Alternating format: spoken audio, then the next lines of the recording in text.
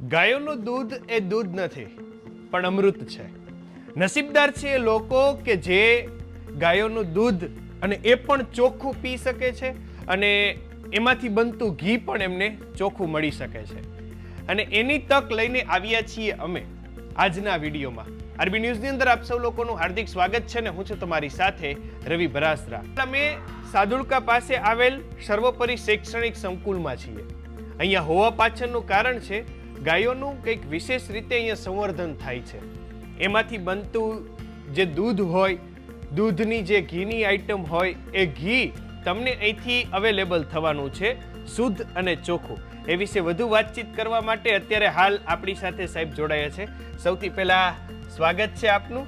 અને એક બાજુ શૈક્ષણિક સંસ્થા, એક બાજુ ગાય માતાનું સંવર્ધન, શું કહેશો આ વિચાર કેવી રીતે? પહેલા તો રવિભાઈ, પહેલાં તો આપણે આ નાની ઉંમરમાં ગાય વિશે જાણવાની, ગાયના ઘી વિશે જાણવાની ઈચ્છા થઈ, એ બદલ હું તમને ધન્યવાદ આપું.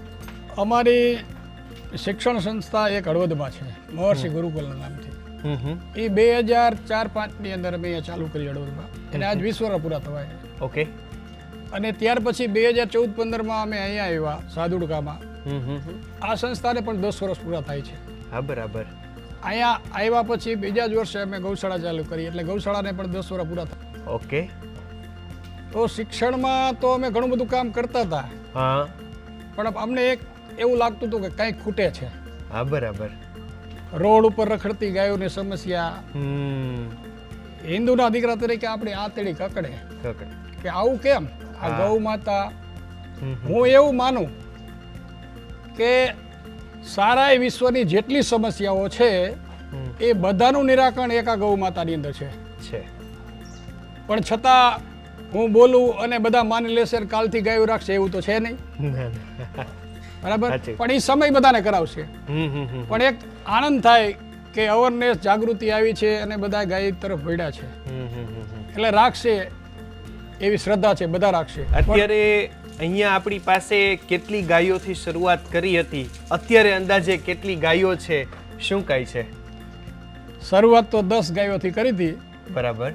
પણ અત્યારે હાલ જુઓ તો નાના મોટા થઈને 60 થી 70 જીવો અમારી પાસે છે. ઓકે. અને હળવદની ગૌશાળાની અંદર 100ની આજુબાજુ હોય, 100 થી 110ની આજુબાજુ.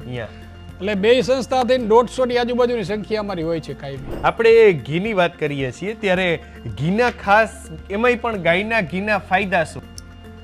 ગાયનું ઘી છે ને એ રવિભાઈ ઘી નથી,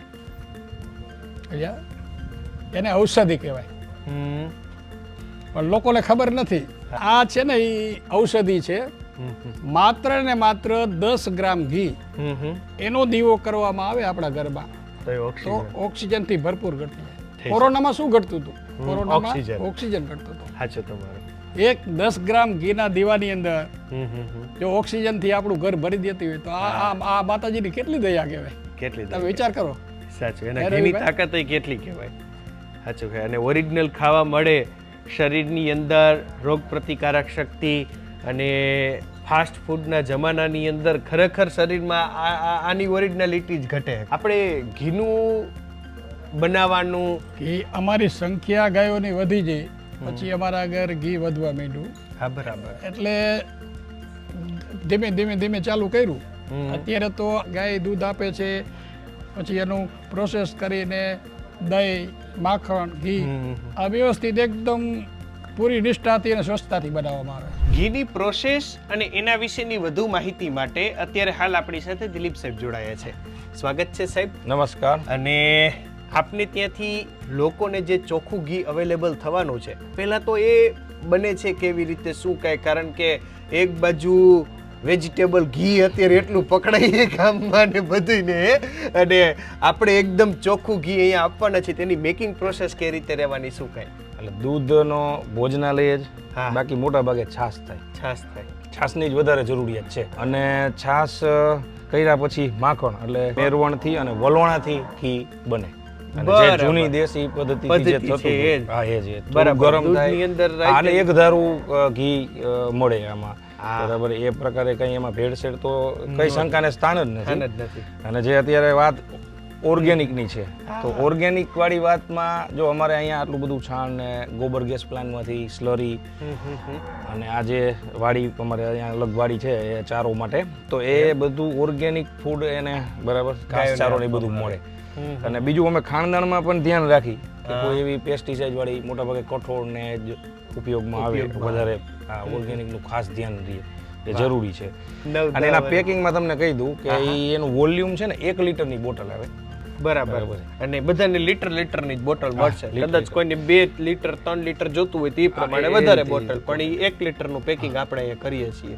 યજ્ઞ માટે ખાસ ગાયનું ઘી વાપરવા માટે લઈ જતા હોય તો અમે પાછું એવું જરૂરી નથી પછી આ પેકિંગ ને એનું ઓલું ન કરીને આખું 5, 10, 15 કિલોમાં ક્વોન્ટિટીમાં એ આપતા હોય.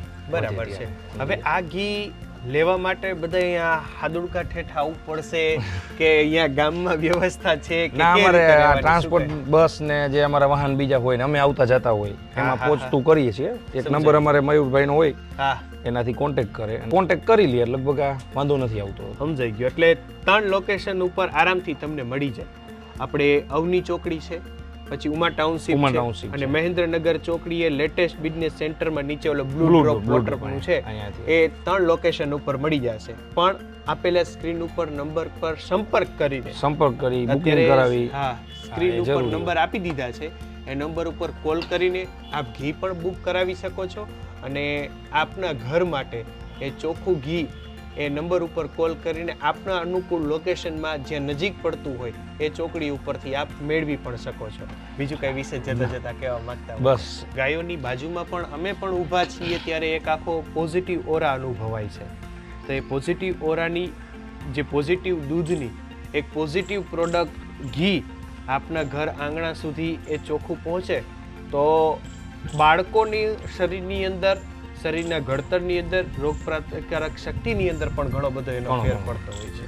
તો આપ પણ આપના ઘર માટે ચોક્કસ મગાવજો આ ઘી. Thank you so much sir અમારી સાથે જોડાવા માટે. આપનો પણ ખૂબ ખૂબ આભાર અમારી સાથે જોડાવા માટે. તમે લોકો તમારા Facebook page, YouTube channel, Instagram ઉપર, અને હું હતો તમારી સાથે રવિ બરાસરા.